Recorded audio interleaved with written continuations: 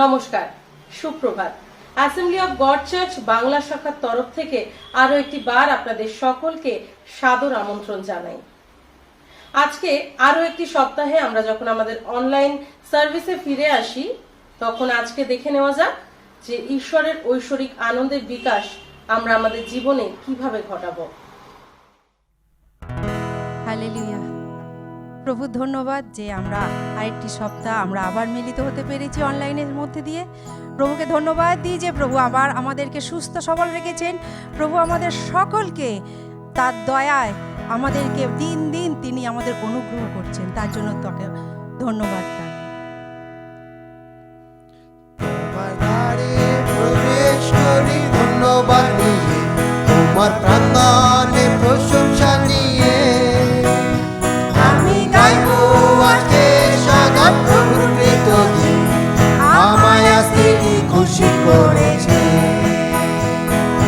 খুশি করেছেন, খুশি করেছে, আমায় আজ তিনি খুশি করেছে।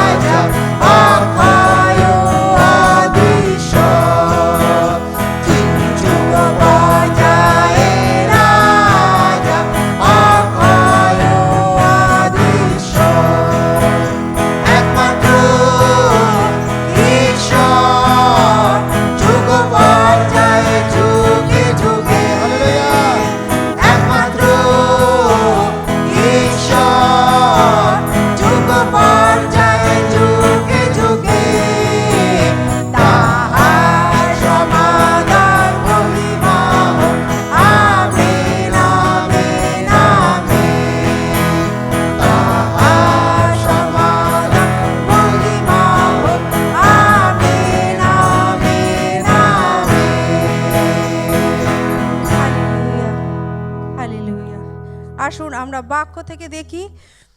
প্রভুর বাক্য বলছে গীত সংহিতা 121, আমি পর্বতগণের দিকে চক্ষু তুলিব, কোথা হইতে আমার সাহায্য আসিবে? সদাপ্রভু হইতে আমার সাহায্য আইসে। তিনি আকাশ ও পৃথিবীর নির্মাণকর্তা। তিনি তোমার চরণ বিচলিত হইতে দিবেন না, তোমার রক্ষক ঢুলিয়া পড়িবেন না। দেখো, যিনি ইসরায়েলের রক্ষক, তিনি ঢুলিয়া পড়েন না, নিদ্রা যান না। সদাপ্রভুই তোমার রক্ষক, সদাপ্রভুই তোমার ছায়া। তিনি তোমার দক্ষিণ পার্শ্বে। দিবসে সূর্য তোমাকে আঘাত করিবে না, রাত্রিতে চন্দ্রও করিবে না। সদাপ্রভু তোমাকে সমস্ত অমঙ্গল হইতে রক্ষা করিবেন। তিনি তোমার প্রাণ রক্ষা করিবেন। সদাপ্রভু তোমার বাহিরে যাওয়া ও তোমার ভিতরে আসা রক্ষা করিবেন, এখন অবধি চিরকাল পর্যন্ত। Amen, amen. তোমার দয়া হ্যাঁ প্রভু, জীবন তোমার দয়া জীবন হইতে হইতে প্রত্যেকদিন তোমার দয়ায় আমরা নতুন নতুন দিন দেখতে পাচ্ছি প্রভু। তাই তোমাকে ধন্যবাদ দিই প্রভু, ধন্যবাদ দিই তোমাকে যে আজকে আমরা প্রভু এইখানে দাঁড়িয়ে প্রভু আজকে আমরা তোমার ধন্যবাদ প্রশংসা করতে পারছি, তোমার গৌরব করতে পারছি প্রভু। প্রতিনিয়ত প্রভু তোমার দয়ার জন্য প্রভু তোমাকে ধন্যবাদ, ধন্যবাদ, ধন্যবাদ। তোমার দয়া জীবন হইতে তোমার দয়া, তোমার দয়া জীবন হইতে তোমার দয়া জীবন হইতে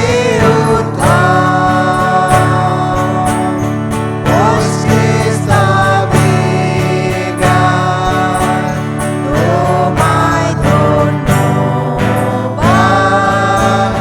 তোমার দয়া জীবন হইতে অঞ্জলি তুলি, অঞ্জলি তুলি তোমার নামে, অঞ্জলি তুলি হ্যাঁ প্রভু, আজ আমরা অঞ্জলি তোমার নামে তোমার তুলি প্রভু। কারণ তোমার নামে প্রভু আছে সেই শক্তি প্রভু, তোমার নামে আছে প্রভু সেই পরিত্রাণ প্রভু, তোমার নামে আছে প্রভু সেই আনন্দ প্রভু। তাই আজ আমরা তোমার নামে সেই অঞ্জলিকে তুলি প্রভু। দয়া জীবন হইতে অঞ্জলি তুলি, অঞ্জলি তুলি তোমার নামে, অঞ্জলি তুলি তোমার নামে, অশেষ দামে তোমায় ধন্যবাদ, তোমার দয়া জীবন হইতে তোমার দয়া জীবন হইতে উত্তম। তোমার দয়া জীবন হইতে তোমার দয়া জীবন হইতে অশেষ দামে তোমায় ধন্যবাদ, তোমার দয়া জীবন হইতে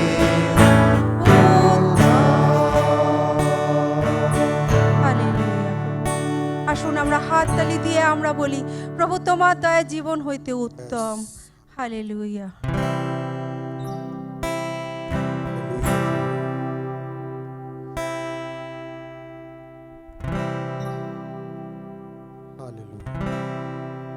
মোর জীবনের পালো তুমি আমারি চালো,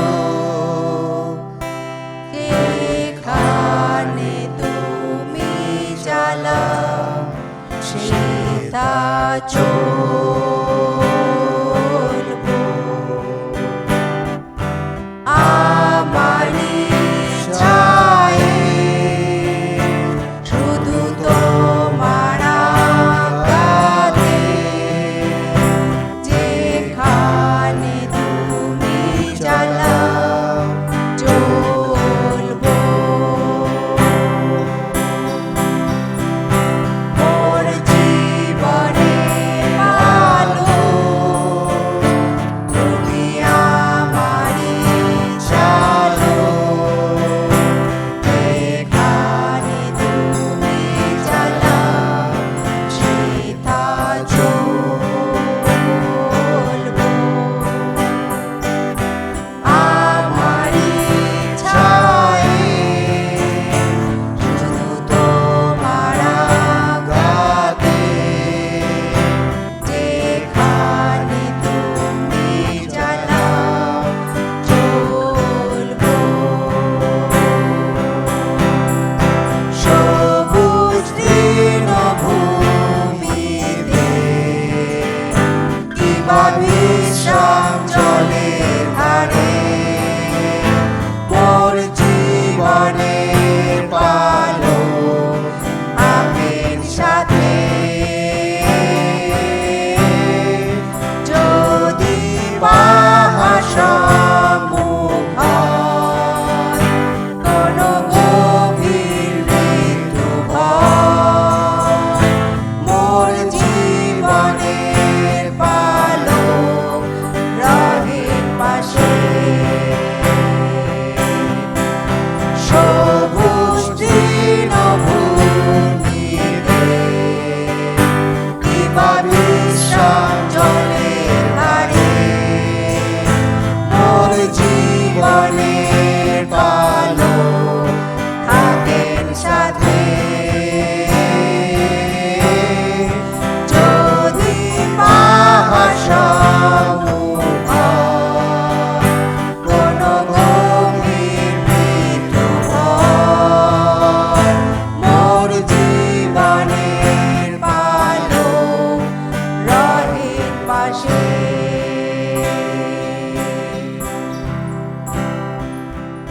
হ্যাঁ প্রভু গো, আজ প্রভু গো যতই সমস্যা হোক না কেন প্রভু গো, আজ প্রভু গো তুমি যখন প্রভু গো আমাদের সঙ্গে রয়েছো প্রভু গো, তখন প্রভু গো আমরা ভয় করি না, কারণ তোমার বাক্য বলছে আমরা যেন ভয় না করি, কারণ তুমি সদা সর্বদা তোমার দৃষ্টি আমাদের ওপরে রয়েছে। হ্যাঁ প্রভু গো, তুমি আমাদের সেই পালক প্রভু গো।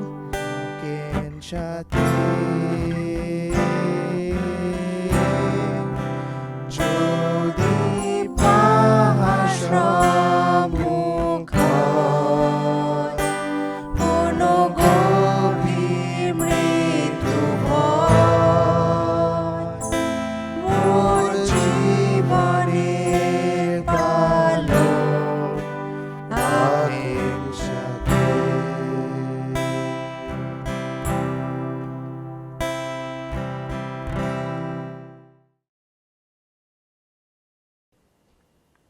আপনাদের সকলকে আর একবার আমি স্বাগত জানাই।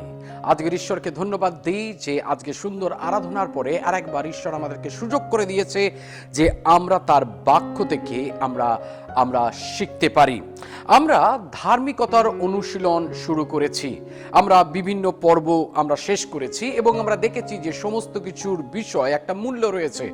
আমরা দেখেছি ঈশ্বরের সেই চারিত্রিক গুণাবলীকে পরিধারণ করা।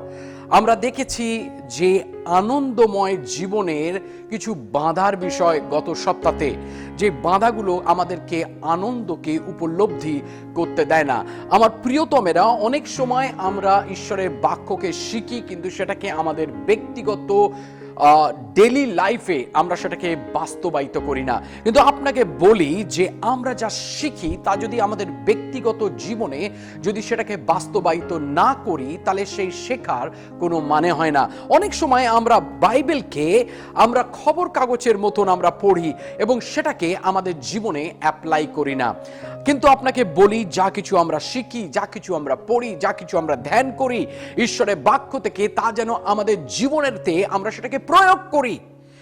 কিছু দিন আগে আমাদের কোনো একজন বিশ্বাসী আমাকে ফোন করে শিশু সুলভ ব্যবহার করছিল, আর আমি তাকে বলছিলাম যে দেখুন, প্রার্থনা করা, বাইবেল পড়া শুধু করলেই আমরা ধার্মিক হয়ে যাই না, কিন্তু ধার্মিকতার আসল পরিচয় হলো যে আমরা কিভাবে আমরা জীবনের বিভিন্ন পরিস্থিতিতে নিজেদের প্রতিক্রিয়া জানাই। How do we behave in different circumstances. আমার কাছে সেটা আরো মূল্যবান, আমার কাছে সেটা আরো দামি, কেননা যা ঈশ্বরের বাক্য আমাকে শেখাচ্ছে সেটা আমাদের প্রত্যেক দিন জীবনে আমরা সেটাকে ব্যবহার করতে পারছি। আর তাই জন্য আমরা গত সপ্তাহে আমরা দেখেছি যে আনন্দময় জীবনের বাধা সম্পর্কে কোন কোন বিষয়গুলি রয়েছে যেগুলো আমাদের জীবনে আনন্দকে কেড়ে নেয়। কিন্তু আজকের আমাদের আলোচ্য বিষয় হলো আবার আনন্দকে নিয়ে। আর আজকে যখন সেই ধার্মিকতার অনুশীলন আমরা করি, আপনাদের আরেকবার আমি স্মরণ করিয়ে দিই যে আমাদের জীবনে যেন আনন্দ থাকে। ঈশ্বর চায় যে তার সন্তানেরা যেন আনন্দময় জীবন যাপন করুক। আর তাই জন্যে আজকের আমাদের আলোচ্য বিষয় বা আলোচনার বিষয় হলো যে কি করে আমাদের জীবনে আনন্দের বিকাশ সাধন করব। আর এই বিষয়ে যখন আমরা কিছু ব্যবহারিক পদক্ষেপ বা বাস্তবিক পদক্ষেপ আমরা দেখি, আমরা নিজেদেরকে মনে করিয়ে দিই যে এটা হলো আত্মার ফল এবং এটা ঈশ্বর আমাদের হৃদয়ের মধ্যে, আমাদের জীবনের মধ্যে তিনি পরিচর্যা করেন তার আত্মার দ্বারা। সাধু পৌল যখন রোমীয় পত্রে তিনি লিখছেন, রোমীয় তার 15 অধ্যায় 13 পদে, সেখানে রোমীয় পত্রতে সাধু পৌল এরকম বলছেন, তিনি বলছেন, প্রত্যাশার ঈশ্বর তোমাদিগকে বিশ্বাস দ্বারা সমস্ত আনন্দে ও শান্তিতে পরিপূর্ণ করুন, যেন তোমরা পবিত্র আত্মার পরাক্রমে প্রত্যাশায় উপচিয়া পড়ো। আর আপনাকে বলি, আজকে যখন আমরা আসি তখন it is by the power of the holy spirit that we experience the joy of salvation. আপনাকে বলি যে পবিত্র আত্মার শক্তির দ্বারাই আমরা উপলব্ধি করি আমাদের পরিত্রাণের আনন্দকে, আর কঠিনতার মধ্যেও আমরা উপভোগ করি ঈশ্বরের শান্তিকে। পবিত্র আত্মার ঈশ্বর তার বাক্যকে আমাদের হৃদয়ের মধ্যে আনন্দকে দেয়। ঈশ্বরের বাক্য পবিত্র আত্মার মাধ্যমে তিনি সেই বাক্য যখন আমরা পড়ি, সেই বাক্য আমাদের হৃদয়কে পুলকিত করে তোলে। রোমীয় তার 15 অধ্যায়ে আমরা খুব ভালো একটা বিষয়বস্তু দেখি, সেখানে আমরা দেখতে পাই সেখানে যেন একটা কানেকশন রয়েছে ঈশ্বর এবং পবিত্র শাস্ত্রের মধ্যে। যখন আমরা 4 পদ পড়ি, আমরা সেখানে দেখতে পাই যে সেখানে বাইবেল আমাদেরকে বলছে সহিষ্ণুতার বিষয়, সেখানে আমাদেরকে বলছে সহ্য ক্ষমতার বিষয়, সেখানে আমরা দেখতে পাচ্ছি যে শাস্ত্র, পবিত্র বাইবেল আমাদেরকে উৎসাহিত করছে, উৎসাহের বিষয় কথা বলছে। আর আসুন আমরা সেখানে দেখি, যখন আমরা রোমীয় তার 15 অধ্যায় তার 4 পদ পড়ি, আর সেখানে বলছে, কারণ পূর্বকালে যাহা যাহা লিখিত হইয়াছিল সেই সকল আমাদের শিক্ষার নিমিত্তে লিখিত হইয়াছিল, যেন শাস্ত্রমূলক ধৈর্য ও সান্ত্বনা দ্বারা আমরা প্রত্যাশা প্রাপ্ত হই। ধৈর্যের ও সান্ত্বনার ঈশ্বর এমন বর দিউন যাহাতে তোমরা খ্রিস্ট যিশুর অনুরূপে পরস্পর একমনা হও। আমাদের বারংবার আমরা দেখতে পাই যেখানে বাইবেল আমাদেরকে বলছে সহ্য ক্ষমতার বিষয়, আমাদেরকে বলছে এবং উৎসাহিত করছে ঈশ্বরের বাক্যের দ্বারা। অনেক সময় আমাদের দৈনিক জীবনে বা ডেইলি লাইফে অনেক সময় এই সহ্য ক্ষমতা, সহিষ্ণুতা আমরা দেখাতে পারি না। অনেক সময় যখন আমাদের কেউ সংশোধন করে, যখন অনেক সময় আমাদের কেউ ভুল ধরিয়ে দেয়, সেটা আমরা পছন্দ করি না। কিন্তু আমার প্রিয়তমেরা, বাইবেল আমাদেরকে কি বলছে দেখুন, 5 পদে আর একবার সেখানে বলছে, ধৈর্য ও সান্ত্বনার ঈশ্বর এমন বর দিউন যাহাতে তোমরা খ্রিস্ট যিশুর অনুরূপে পরস্পর একমনা হও। সেখানে বলা হচ্ছে ধৈর্য এবং সান্ত্বনা এবং একমনা হওয়ার, যেন পরস্পরের প্রতি আমরা সেই সহানুভূতি, সেই ভালোবাসা আমরা যেন দেখাই। আমার প্রিয়তমেরা, যখন আজকের আমরা আসি, ঈশ্বর হলো উৎস, এবং পবিত্র শাস্ত্র বা বাইবেল হলো তার মাধ্যম। আরেকবার আমি বলি, God is the source, the scriptures are the means. ঈশ্বর হলো উৎস এবং পবিত্র শাস্ত্র তার মাধ্যম। আর একই সত্য আনন্দের বিষয় প্রযোজ্য। যখন আমরা 13 পদে আমরা পড়ি, সেখানে আরেকবার আমরা ফিরে যাই, যেখানে আমরা পড়েছিলাম কিছুক্ষণ আগে। সেখানে বলছে, প্রত্যাশার ঈশ্বর তোমাদিগকে বিশ্বাস দ্বারা সমস্ত আনন্দে ও শান্তিতে পরিপূর্ণ করুন, যেন তোমরা পবিত্র আত্মার পরাক্রমে প্রত্যাশায় উপচিয়া পড়ো। কিন্তু প্রশ্ন হলো, how would we expect God to fill us with joy and hope? আমরা কি করে বলতে পারি যে ঈশ্বর আমাদেরকে আনন্দে এবং প্রত্যাশায় তিনি পরিপূর্ণ করবেন? এটা খুব, যদি আমরা যুক্তিসম্মত উত্তর দিই, তাহলে আমরা বলবো এটা শাস্ত্রের মাধ্যমে। শাস্ত্রের মাধ্যমেই ঈশ্বর আমাদের হৃদয়ের মধ্যে আনন্দকে নিয়ে আসে। যখন আমরা শাস্ত্র পড়ি, সেখান থেকেই আমরা আমাদের আনন্দকে পাই। যখন আমরা বাইবেল পড়ি, তার থেকেই আমরা আমাদের সেই শক্তিকে সঞ্চয় করি। আমার প্রিয়তমেরা, আজকের আপনাকে বলি যে এটি সান্ত্বনাদায়ক বিষয় ও আনন্দের বিষয় যখন আমরা দেখি যে বাইবেল আমাদেরকে স্মরণ করিয়ে দেয় যে যখন ঈশ্বর আমাদেরকে তিনি শাসন করেন, যখন ঈশ্বর আমাদেরকে নিয়ম অনুবর্তিতার মধ্যে নিয়ে আসেন, তার মধ্যেও আমরা দেখতে পাই যে ঈশ্বর আমাদেরকে উদ্ধারও তিনি করেন। আনন্দের বা উদ্ধার আমাদের করেন, কারণ তিনি আমাদের হৃদয়ের মধ্যে সেই আনন্দকে নিয়ে আসতে চান।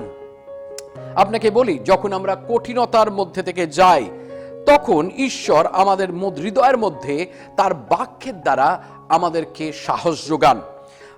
বাক্যের দ্বারা তিনি আমাদের হৃদয়কে পুলকিত করে তোলেন, তিনি আনন্দময় করে তোলেন। কিভাবে?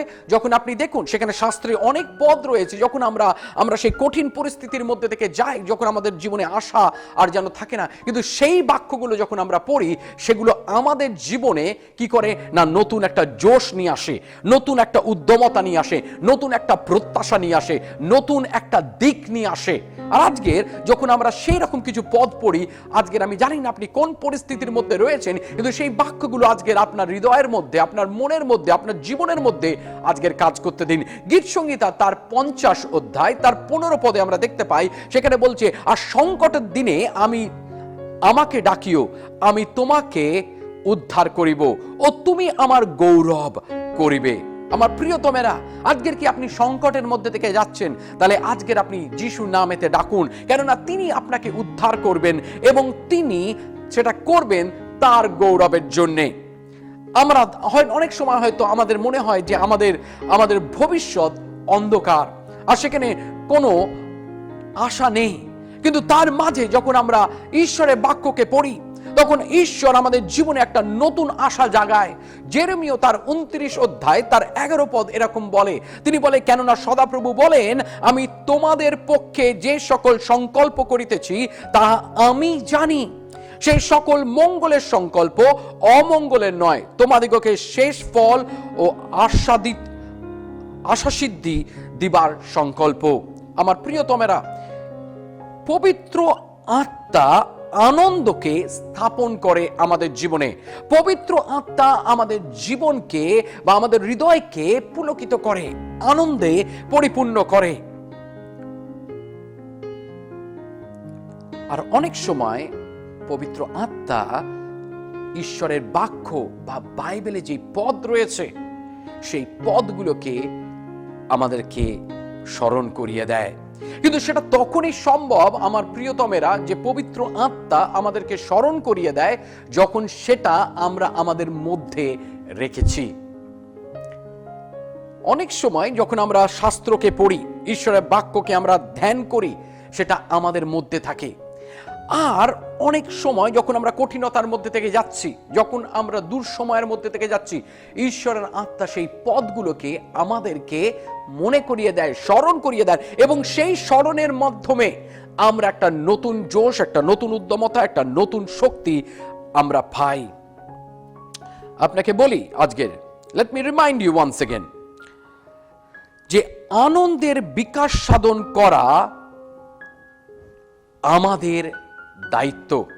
গত সপ্তাহেও আমি বলেছি যে অনেক সময় যে আমরা ঈশ্বরের উপরে সমস্ত কিছু ছেড়ে দিই এবং ঈশ্বরকে বলি যে ধার্মিকতার অনুশীলন আমি করব না, কিন্তু ঈশ্বর তুমি আমার হয়ে করো।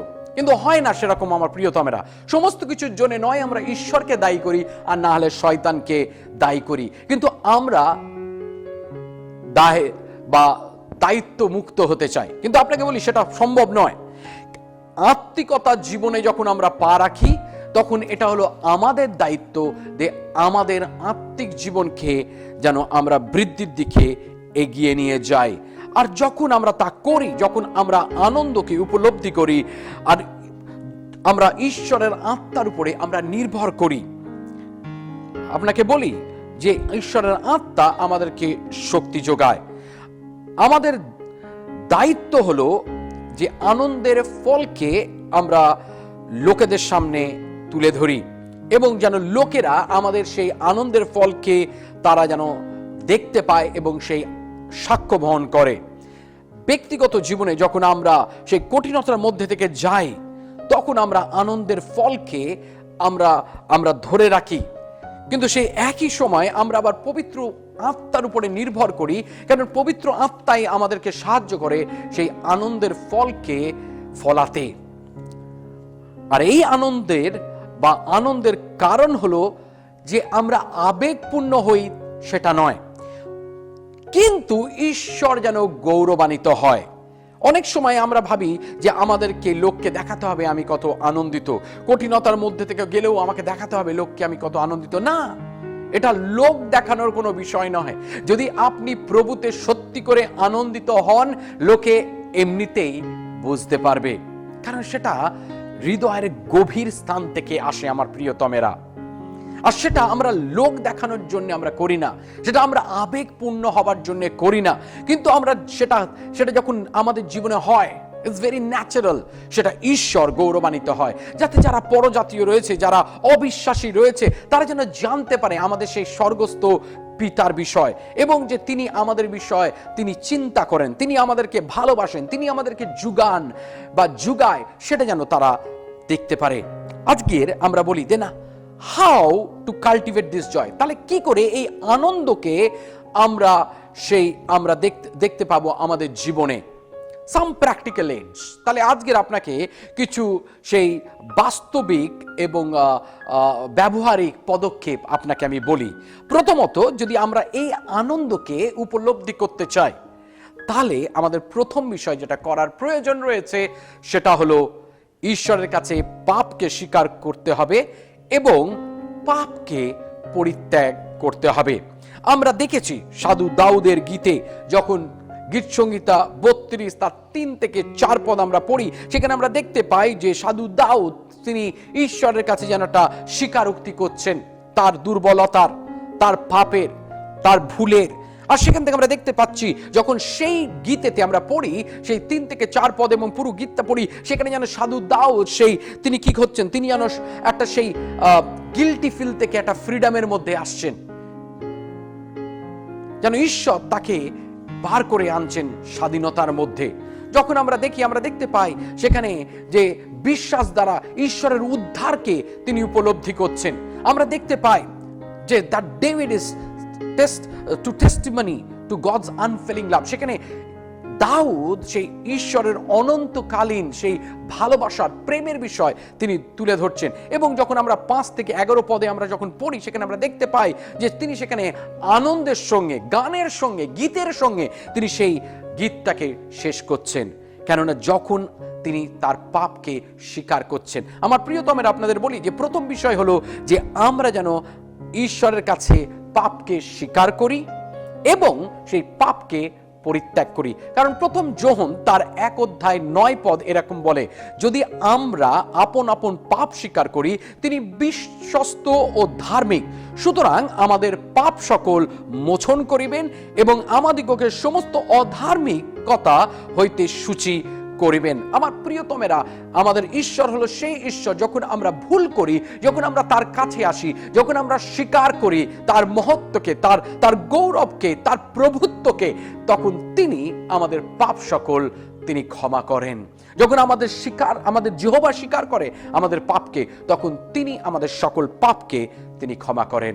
দ্বিতীয় বিষয়, যে কি করে আমরা এই আমাদের জীবনে এই আনন্দকে কাল্টিভেট করব, কিভাবে আমরা এই আনন্দকে আমাদের জীবনে বিকাশ সাধন করব। দ্বিতীয় বিষয় হলো ট্রাস্ট ইন গড। যে কোনো পরিস্থিতিতেই ঈশ্বরের উপরে নির্ভর করুন। যে কোনো পরিস্থিতিতেই ঈশ্বরের উপরে নির্ভর করুন। আপনি দেখুন রোমিও তার 15 অধ্যায় 13 পদ কি বলছে। সেখানে বলছেন, প্রত্যাশার ঈশ্বর তোমাদিগকে বিশ্বাস দ্বারা সমস্ত আনন্দে ও শান্তিতে পরিপূর্ণ করুন, যেন তোমরা পবিত্র আত্মার পরাক্রমে প্রত্যাশায় উপচিয়া পড়ো। আমার প্রিয়তমেরা, সাধু পৌল এই রোমিও মণ্ডলীকে এবং তাদের বিশ্বাসীকে মনে করিয়ে দিচ্ছে that God who fills us with joy and peace as we trust him. আমরা যখন ঈশ্বরের উপরে আমরা নির্ভর করি, আমরা যখন তার উপরে আমাদের প্রত্যাশাকে রাখি, তখন সেই ঈশ্বর আমাদের হৃদয়কে আনন্দে এবং শান্তিতে পরিপূর্ণতা দেয়। বাইবেলে আমরা যত প্রতিজ্ঞাগুলোকে আমরা দেখি, সেই প্রতিজ্ঞাগুলো হলো ঈশ্বর আমাদের প্রতি একটি চুক্তিপত্র, যেটা বিশ্বস্ততাকে দেখায় এবং যে তিনি তার লোকেদের প্রতি বিশ্বস্ত সেটাকে দেখায়। তিনি সেই চুক্তিপত্রতে তিনি যেন স্বাক্ষর করেছেন, তিনি যেন সাইন করেছেন, এবং সেটা আমরা যদিও অনেক সময় অবিশ্বস্ত থাকি, কিন্তু তার সেই চারিত্রিক গুণাবলীর মধ্যে বিশ্বস্ততা রয়েছে। আর তাই জন্যে তিনি বারংবার আমাদের প্রতি তার বিশ্বস্ততাকে দেখায়। রোমিও তার 8 অধ্যায় 28 পদ এরকম বলে, আর আমরা জানি যাহারা ঈশ্বরকে প্রেম করে, যাহারা তাহার সংকল্প অনুসারে আহুত, তাহাদের পক্ষে সকলই মঙ্গলার্থে একসঙ্গে কাজ করিতেছে।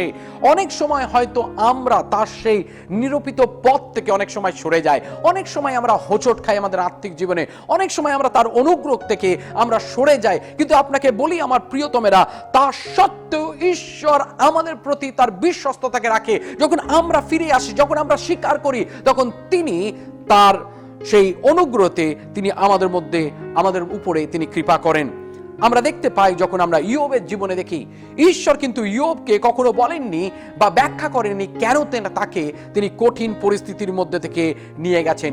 কিন্তু যখন আমরা ইয়োবের বই বা পত্র পড়ি, আমরা ইয়োবের জীবনী পড়ি, তখন আমরা দেখতে পাই কিন্তু তাকে সেই কঠিন পরিস্থিতির মধ্যে থেকে তিনি তাকে বার করে এনেছেন এবং তাকে আরো বেশি তিনি আশীর্বাদ করেছেন। তাই জন্য মনে রাখবেন, আমি জানি না আজকের আপনি কোন পরিস্থিতির মধ্যে থেকে যাচ্ছেন জীবনযাত্রার পথে, কিন্তু সমস্ত কিছুই আজকের তাহাদের পক্ষে সকলেই মঙ্গলার্থে একসঙ্গে কাজ করিতেছে।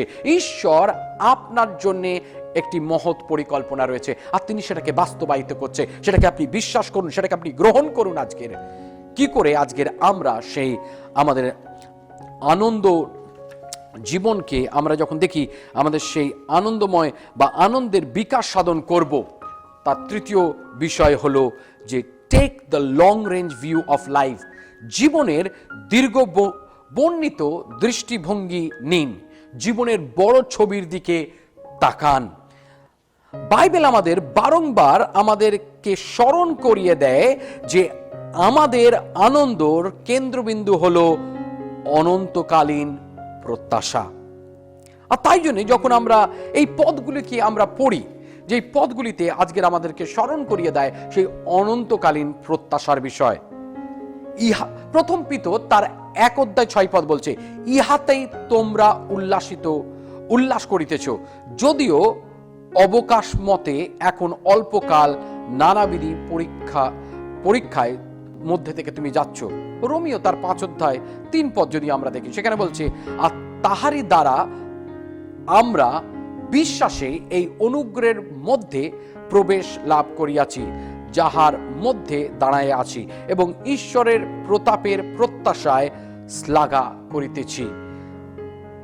দ্বিতীয় করিন্থীয় তার 4 অধ্যায় 18 পদ বলছে, আর তো দৃশ্য বস্তু লক্ষ্য নয়, না করিয়া অদৃশ্য বস্তু লক্ষ্য করিতেছি, কারণ যাহা যাহা দৃশ্য তাহা ক্ষণকাল স্থায়ী, কিন্তু যাহা যাহা অদৃশ্য তাহা অনন্তকাল স্থায়ী। আর তাই জন্য আমরা, আমার প্রিয়তমেরা, যেন আমরা জীবনের বড় ছবিটাকে দেখি। অনেক সময় যখন আমরা কঠিনতার মধ্যে থেকে যাই, তখন আমরা শুধু আমাদের সমস্যাটাকে দেখি, কিন্তু জীবনের বড় ছবিটাকে যেন আমরা দেখতে শিখি। আর আপনাকে বলি, তার সবচেয়ে ভালো বিষয় হলো, যখন আমরা সেই কঠিনতার মধ্যে থেকে যাচ্ছি, প্রভু যিশুকে আমাদের উদাহরণ হিসাবে আমরা নিই, আমরা তার অনুসরণ করি, তার উদাহরণের অনুসরণ করি। আর সেখানে যখন আমরা ইব্রিয় তার 12 অধ্যায় 2 পদ পড়ছি, তখন আমরা দেখতে পাই সেখানে বলছে, বিশ্বাসের অধিকর্তা ও সিদ্ধিকর্তা যিশুর প্রতি দৃষ্টি রাখি, তিনি আপনার সমুখস্থ আনন্দের নিমিত্তে ক্রুশ সহ্য করিলেন, অপমান তুচ্ছ করিলেন এবং ঈশ্বরের সিংহাসনের দক্ষিণে উপবিষ্ট হইয়াছেন। আমার প্রিয়তমেরা, প্রভু যিশু আমাদের আদর্শ। চতুর্থ বিষয় খুব তাড়াতাড়ি বলি, give thanks in all circumstances. সমস্ত পরিস্থিতিতেই ঈশ্বরের ধন্যবাদ করুন। যে কোনো পরিস্থিতি আমাদের জীবনে আসুক না কেন, আমরা যেন ঈশ্বরের ধন্যবাদ করি। প্রথম থেসলোনিকীয় তার 5 অধ্যায় 18 পদ বলছে যে সর্ববিষয় ধন্যবাদ করো, কারণ খ্রিস্ট যিশুতে ইহাই তোমাদের উদ্দেশ্যে ঈশ্বরের ইচ্ছা। যখন ভালো সময় আমরা ঈশ্বরের ধন্যবাদ করি, যখন কঠিন সময় আমরা ঈশ্বরের ধন্যবাদ করি। এটা হলো একটা মনোভাব। আর সেই মনোভাবকে যেন আমরা পোষণ করি, সেই মনোভাবকে যেন আমরা বৃদ্ধির দিকে এগিয়ে নিয়ে যাই, যেন সেই মনোভাব বৃদ্ধি পায় আমাদের জীবনে, যে সমস্ত সময়তে যেন আমরা ঈশ্বরকে ধন্যবাদ দিই। যে কোনো পরিস্থিতির মধ্যে থেকেই আমরা যাই না কেন, সেই পরিস্থিতিতেই আমরা ঈশ্বরের ধন্যবাদ দিই। আমার প্রিয়তমেরা, আসুন আজকে যখন আমরা শেষ করি, তখন আমরা ঈশ্বরকে ধন্যবাদ দিই। আজকের আপনি যেখানে বসে রয়েছেন, আপনার বাড়িতে, নিজ গৃহেতে যখন বসে রয়েছেন, আসুন আমাদের 2 হাত আমরা তুলে দিয়ে ঈশ্বরকে আজকে ধন্যবাদ দিই, তার অনুগ্রহের জন্যে, তার ভালোবাসার জন্যে, তার যত্নের জন্যে। প্রিয়তম যিশু, প্রভু তোমায় ধন্যবাদ করি আজকে যখন প্রভু আমরা আসি। প্রভু তোমায় ধন্যবাদ করি যে গত সপ্তাহে প্রভু আমরা দেখেছিলাম যে কোন কোন জিনিসগুলো প্রভু আমাদের জীবন থেকে আনন্দকে কেড়ে নেয়। প্রভু আজকের আমরা শিখলাম যে কোন কোন জিনিসগুলো প্রভু তোমার আনন্দকে প্রভু আমাদের জীবনে ফিরিয়ে আনে এবং প্রভু তোমার আনন্দকে আমরা উপলব্ধি করতে পারি। তাই প্রভু আজকে বিশেষভাবে আমরা প্রার্থনা করি আমাদের প্রিয় বন্ধুদের জন্যে, যারা প্রভু আজকের আমাদের সঙ্গে সংযুক্ত হয়েছে। প্রভু প্রার্থনা করি তাদের হৃদয়ের মধ্যে প্রভু তোমার সেই স্বর্গীয় আনন্দকে এবং তোমার সেই স্বর্গীয় শান্তিকে প্রভু তুমি দাও। কেননা প্রভু প্রত্যেকের জন্য প্রভু আজকে তোমার কাছে একটা সংকল্প রয়েছে এবং তা মঙ্গলার্থে। প্রভু গো, প্রার্থনা করি প্রত্যেক পরিবারের জন্য, যে প্রত্যেক পরিবার যেন আশীর্বাদ যুক্ত হতে পারে। সমস্ত গৌরব, আরাধনা, প্রশংসা যিশু তুমি নাও। এই প্রার্থনা যিশু নামে চাই, আমেন। ঈশ্বর আপনাদের সকলকে আশীর্বাদ করুক।